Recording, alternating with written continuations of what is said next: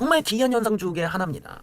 많은 자유 중에 왜 하필 이런 자유는 또 허용이 됐을까 궁금하기도 한데, 대통령이 특정 후보가 당대표가 되면 탈당을 할 것이다 라는 얘기에 대해서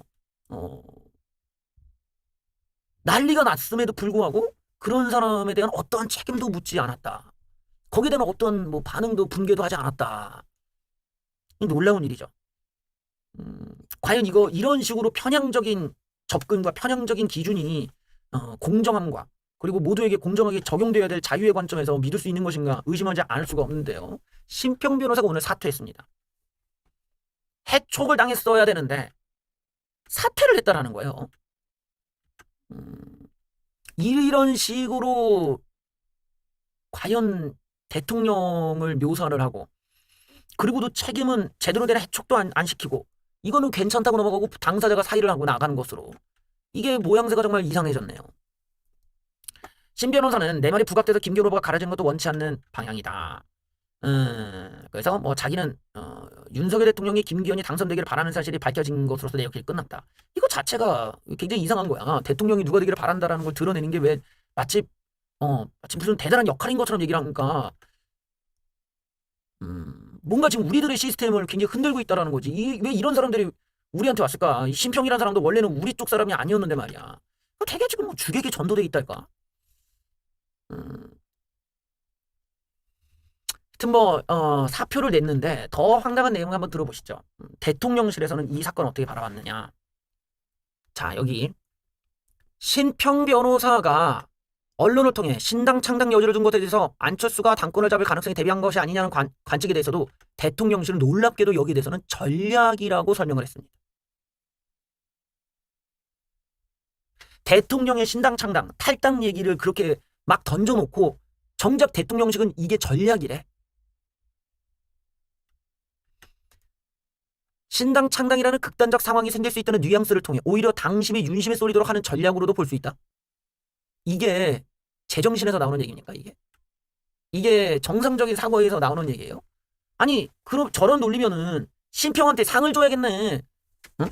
신평한테 내가 볼 때는 정무수석 자리 하나 줘. 저 정도로 그렇게 전략가면, 저 정도의 대단한 전략을 대통령 팔아서 만들어낸 정도로 그렇게 칭찬을 받을 거면 대통령실에서 한 자리 줘야 될 거 아니야. 정말 웃긴 거 아니야. 당사자들은 사퇴를 하고 대통령실은 전략이라고 빨아주고, 이걸 우리가 과연 일관된 태도냐, 이게 과연 사람들이 정상적인 사고를 하고 있는 거냐에 대해서도 의심을 안 할 수가 없어. 정상적 천상이 아니잖아. 그럼 왜 사퇴를 해? 상을 줘야지. 저걸 전략이라고 이해하는 것부터 우리는 어떤 걸 느껴야 됩니까? 지금 대통령실의 발언은 대통령과 윤석열 대통령이 나는 분리됐다고 믿었는데 그게 아니야. 대통령실은 윤석열 대통령의 발언을 그대로 전달해 왔던 거야. 이런 기반으로 보면은 윤석열 대통령이 저런 탈당이나 신당 얘기를 꺼낸 거라면 윤석열 대통령 자체가 우리의 국민의힘, 우리가 지켜왔던 한나라당, 새누리당, 그리고 지금의 국민의힘의 당에 대해서 별 애정이 없는 거야. 근데 웃기잖아. 우리가 이끌어왔던 정당에 대해 별 애정도 없는 대통령이 무슨 내부 총질을 당했다라는 거야. 오히려 우리 당을 저런 식으로 탈당하겠다, 우리 당을 내팽겨 쳐버리겠다는 것 자체가 더 내부 총질 아니야? 그렇게 치면? 얼마든지 당을 갖다가 당대표가 마음에 안 든다고 내팽개치고 나갈 수 있는 거면, 이런 사람들이라면 우리가 지켜야 되는 거야? 당에 애정도 없고 당원들의 애정도 없는데 저런 말에 대해서 아무렇지 않게 전략이라고 얘기할 수 있을 정도로 가볍게 얘기하는데, 이건 마치 뭐 친구 사이에 절교다, 부부 사이에 이혼해, 뭐 남녀 사이에 헤어져, 이런 얘기를 함부로 하는 식이야. 어떻게 믿어? 저런 사고가 저렇게 당에 애정도 없고 쉽게 떠나버리고 쉽게 얼마든지 내팽겨 쳐버릴 수 있는 이런 무책임함이, 그게 내부 총질 아니냐는 거야. 난 이런 점에서 저걸 전략이라고 말하는 것부터가 대통령실이 얼마나 이 국민의힘이라는 정당에 대해 애정이 없는지, 대통령도 얼마나 애정이 없는지를 우리에게 보여주었다. 당에 애정도 없으면서 당한테 엄청난 로열티는 받고 싶고, 당의 서포트는 받고 싶고, 당한테 꿀은 빨고 싶고, 이거는 웃긴 거 아니냐 이거야. 누가 누구한테 지금 내부 총질하고, 누가 누구를 무시하고, 누가 누구를 지금 외면하고 밟고 있는 건데, 당을 갖다가 내팽개칠 수 있는, 얼마든지 그런다는 게 이게 그냥 넘어갈 문제냐고. 근데 그냥 넘어간 게 아니라 오히려 전략이라고 추켜 세웠다니까? 이걸 어떻게 받아들여야 되는 거지? 이런 대목에서는 저 대통령실이 갖고 있는 사고방식도, 대통령 측근들 자체도 굉장히 이념적으로 우리가 많이 의심을 안 할 수가 없는 거야.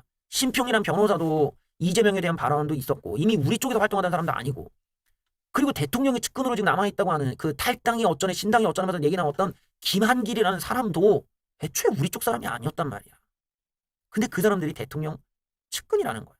나는 그런 점에서 내부 총질이라는 관점이 이걸 좀 환기시킬 필요가 있다고 봐요. 누가 누구를 지금 내부 총질하느냐. 그 내부 총질의 주체와 피해자, 대상자가 누구냐를 보면 자꾸만 무의식 중에 우리가 대통령을 피해자로 규정을 시키고 있는데 그게 아니라 우리가 지켜야 될 가치는 대통령이 아니라 우파라고 하는 이념이나 우파라는 이념인데 우파라는 이념을 내팽개치고 그냥 쉽게 탈당하고 신당 차리겠다라는 사람들에 대해서 우리는 어떤 기준으로 내부 총질의 피해자와 가해자를 구별해야 되는가 이제 그런 걸 고민할 시기가 왔다고 봅니다. 저런 말이 전략으로 보일 수 있을 정도면은 웬만큼 우파 진영을 우습게 알지 않고서는 저런 말은 나올 수가 없어. 웬만큼 우파 정당을 우습게 알고 우파 당원들을 우습게 알지 않고서는 저런 건방진 얘기가 나올 수가 없다는 거야. 그리고 생각을 해봐. 당대표가 마음에 안 든다고 탈당을 대통령이 해? 노무현 같은 수준에 있는 애라면 모르겠는데 이게 우파 정당에서 우파 정치 바닥에서 대통령이란 분이랑 또 대통령 측근이란 사람들이 당대표가 마음에 안 들어서 탈당을 해? 신당을 차려? 이게 당원들한테 할 말이고 할 짓이야 이게? 근데 저딴 식의 얘기가 저딴 식의 계획이 어떻게 전략이 될 수가 있어? 저거야말로 우리를 모욕하고 우리를 우습게 알고 우리를 무시하는 건데. 자 이제 누가 내부 총질한 거지?